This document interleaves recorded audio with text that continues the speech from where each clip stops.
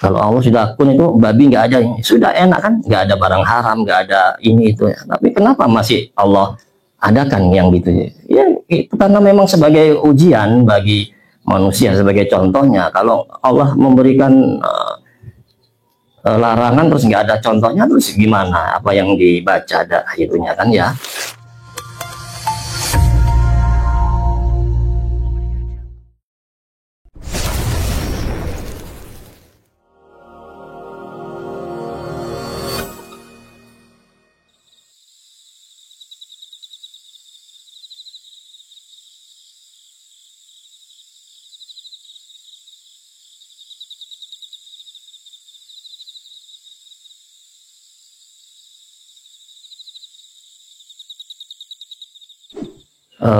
Salah satu tafsir mimpi Muwasyirat, Kang Diki memegang tongkat dan menerima kunci.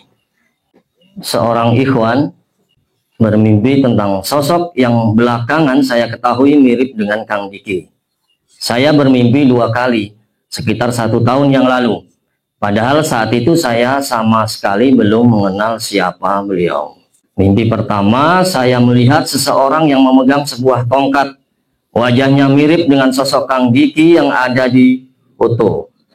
Mimpi kedua, dalam mimpi kedua saya melihat sosok itu lagi, meski wajahnya tidak terlalu jelas. Saya melihat dia sedang menerima atau menggenggam sebuah kunci yang diserahkan oleh seorang lelaki tua berjenggot lebat. Kemudian ini berlangsung di tempat yang banyak bebatuan. Mimpi pertama melihat seseorang memegang tongkat. Mana tongkat menurut Ibnu Sirin? Tongkat asa. Makanya di dalam kitab-kitab itu ada asa Musa, ya, tongkatnya Nabi Musa. Dalam tafsir mimpi sering dikaitkan dengan kekuatan, kepemimpinan, peneguhan, dan karomah. Jadi tongkat ini melambangkan kekuatan, kepemimpinan. Makanya kalau presiden kita dulu Soekarno pernah memegang tongkat komando. Nah itu ya, tongkat komando Bung Karno yang sampai sekarang konon katanya diperebutkan ya. Sekarang dipegang oleh ketua PDI itu ya. Dalam kitab tafsir Al-Ahlam karya Ibnu Sirin, seseorang yang memegang tongkat menandakan ia adalah pemimpin, orang yang memiliki pengaruh atau mendapat pertolongan Allah seperti Nabi Musa yang menggunakan tongkatnya sebagai mukjizat. Nah, jadi tongkatnya sebagai mukjizat, bukan tongkatnya, tapi kekuatan yang dititipkan, karunia yang dititipkan di tongkatnya. Jadi akhirnya tongkatnya bisa menimbulkan ini, bisa menimbulkan itu. Jadi bukan tongkatnya. Kalau kita percaya kepada tongkatnya, kita percaya kepada kerisnya, kita percaya kepada pedangnya, kita percaya kepada tembaknya, kita percaya pada pistolnya, itu juga jatuh syirik. Kita ke dokter, oh yang menyembuhkan dokter, ya berarti juga syirik juga itu. Ah, saya istrinya presiden, nggak ada yang bisa ini itu, ya juga syirik, itu juga sama kan? Syirik khafi. Syirik yang terdapat di lintasan hati relung-relung, hati yang paling dalam. Walaupun jargonnya kita karena Allah, kita karena Allah. Tapi kalau di dalam lintasan hati itu ada terselip-selip, seliwer gitu aja. Ah, saya ingin menunjukkan eksistensi saya, itu juga sama saja syirik. Jadi yang mukjizatnya itu bukan tongkatnya, tapi karena karunia Allahnya. Allahnya itu yang didahulukan, bukan turunannya. Allahnya. Allah memberikan kekuatan pada tongkat, lewat tongkat. Asbabnya, syariatnya lewat tongkat. Tapi hakikatnya tetap dari Allah kekuatan itu. Dalil dan simbol dari Al-Quran dan hadis. Kitab Nabi Musa, kisah Nabi Musa alaihissalam dan tongkatnya. Dan lemparkanlah tongkatmu, maka ketika tongkat itu menjadi ular, Musa berpaling. Surat An-Naml ayat 10. Tongkat di sini adalah simbol amanah ilahiyah dan bukti kekuatan dari Allah. bahwa segala sesuatu yang imaterial, yang tidak kelihatan, itu semua harus ditujukan, itu semuanya adalah Allah. Allah saja. Jadi semua imaterial, sesuatu yang tidak kelihatan, supaya kita tidak terjatuh kepada kesyirikan, maka segala sesuatu itu sandarkan, pusatkan bahwa semua itu adalah Allah. Tongkat juga memberi isyarat bahwa orang tersebut akan memimpin atau memandu kaum yang lain. Nah, kalau Anies Baswedan dapat tongkatnya Pangeran Diponegoro, beritanya begitu ya. Nah, kalau Kang Diki dapat tongkat apa ini nanti?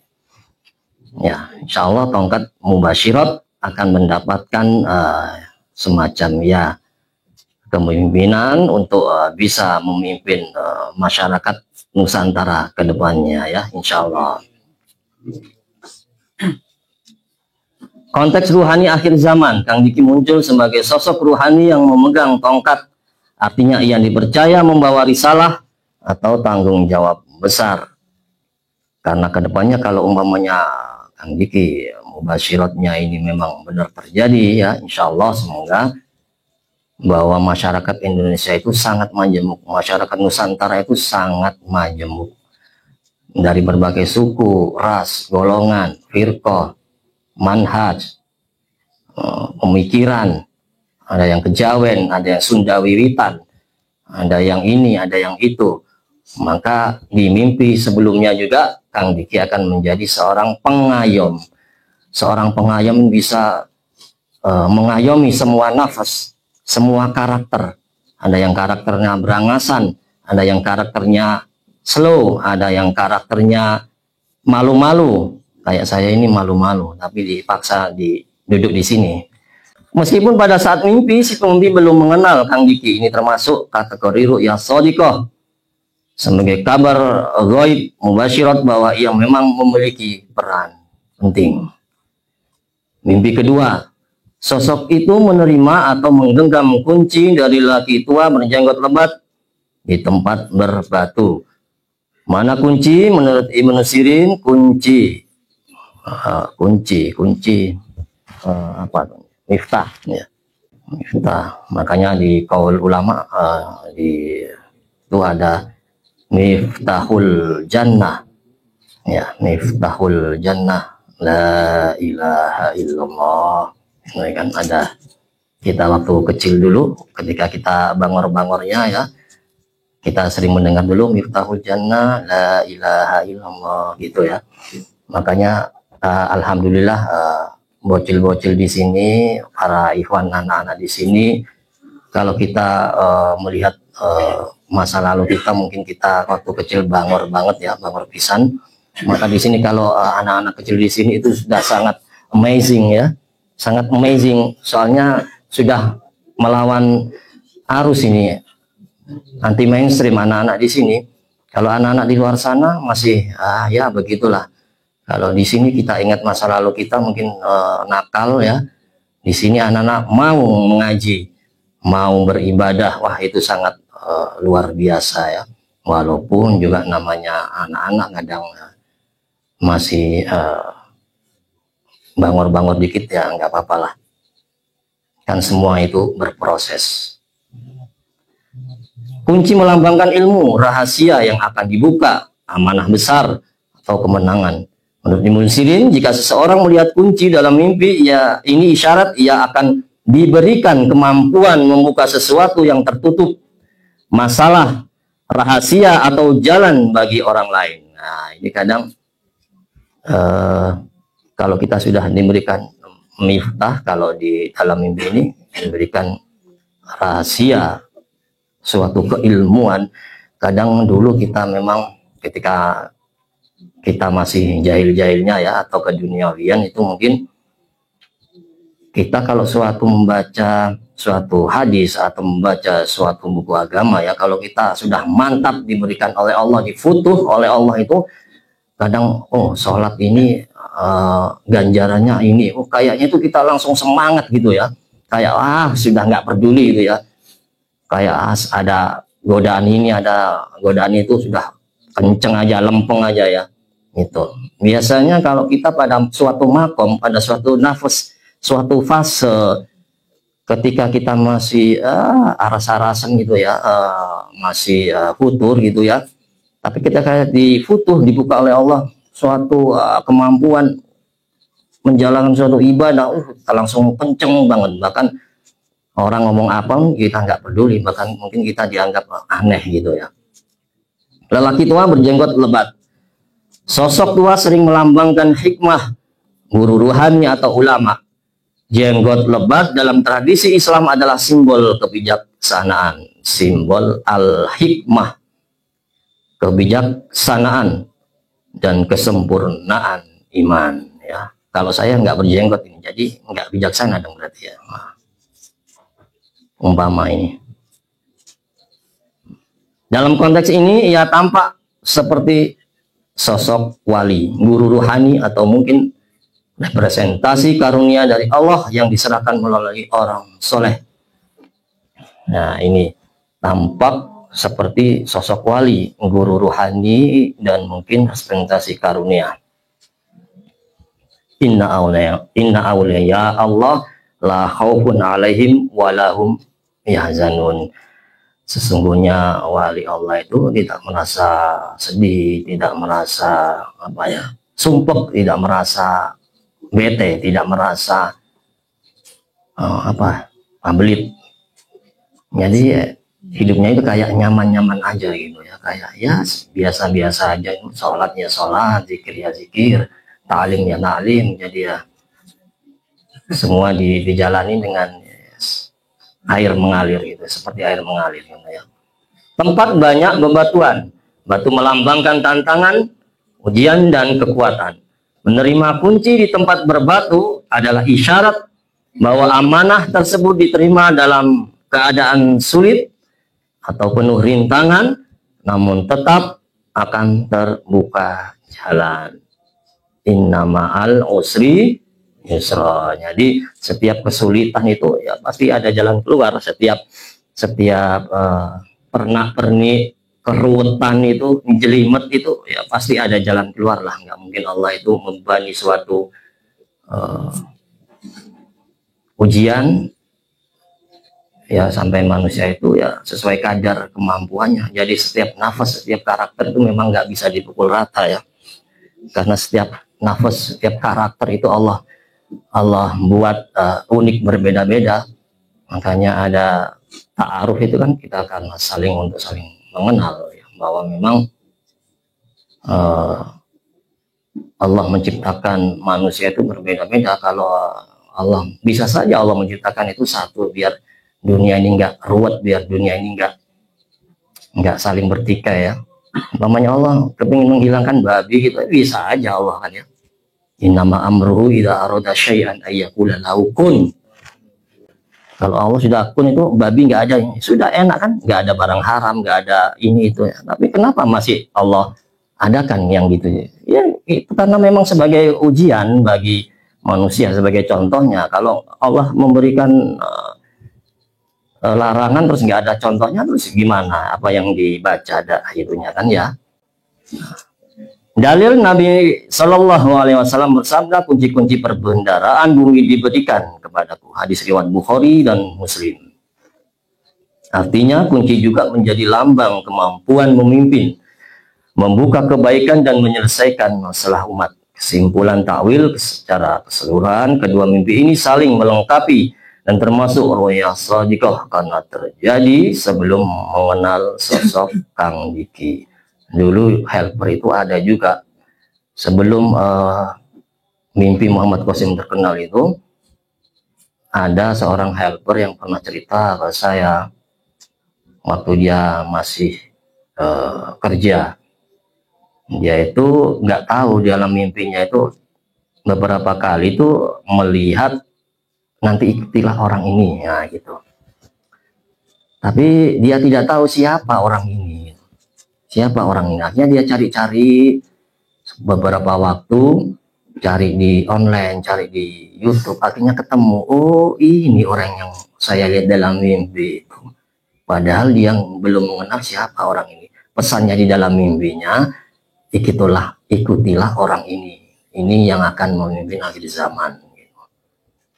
Akhirnya ketemu, akhirnya sekarang dia jadi helper, walaupun dia di luar sistem helper secara resmi, gitu ya. Sosok Kang Diki digambarkan memegang tongkat, isyarat kepemimpinan dan peran sebagai pembawa risalah atau pengayom. Nah, jadi memang Kang Diki insya Allah kedepannya akan mengayomi semua berbagai macam karakter seseorang, berbagai macam mindsetnya. Insya Allah akan diayomi oleh Kang Diki. Menerima kunci dari sosok tua, isyarat ia akan memperoleh ilmu, rahasia, atau amanah penting dari ulama atau sumber kebijaksanaan. Karena yang diurus ini banyak, ada yang ulama, ada yang penjabat, ada yang sudah senior kawakan. Maka ketika menerima kunci ini, insya Allah sosok Kang Diki akan memperoleh suatu ilmu atau rahasia Ainul Basirah. Karena Ainul Basirah itu terus berjalan sampai orang itu meninggal. Ainul Basirah itu akan tetap berjalan dan akan tetap mengiringi seorang manusia. Lokasi berbatu dan peran dan tanggung jawabnya penuh rintangan. Nah, namun diberikan jalan oleh Allah. Jadi innamal usri yusra. Jadi setiap kesulitan pasti ada jalan keluar.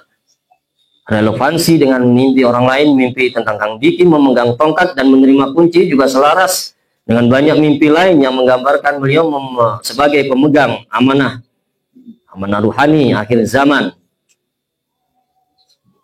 atau memimpin rohani yang membukakan jalan. Ini semakin menguatkan gambaran kolektif ru'yah al-jamaah. Ru'yah shodiqah tidak hanya diterima oleh helper yang ada di Gaza saja. Ru'yah shodiqah juga diterima oleh orang-orang yang mungkin saja di luar Gaza. Jadi mungkin kita harus juga husnudon. Kita belajar husnudon.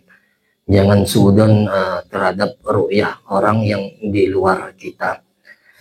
Kalaupun ru'yah orang lain di luar kita itu menyelisihi dalam mindset kita, setidaknya ada mizan, setidaknya ada timbangan, setidaknya ada penyeimbang bahwa semua ru'yah shodiqah akhir zaman itu sebuah rangkaian puzzle yang kalau mimpinya si Eta ditempelin ke sini, oh jadi gini, mimpinya si Iya dikumpulin nanti jadi puzzle, dan kita nanti walaupun yang di luar Gaza atau yang di sini, maksudnya yang di luar Gaza ini adalah orang-orang yang belum mengenal Mubasyirat MK ya, itu nanti kalau kita puzzle kan potongan-potongan itu akan menjadi satu kesatuan.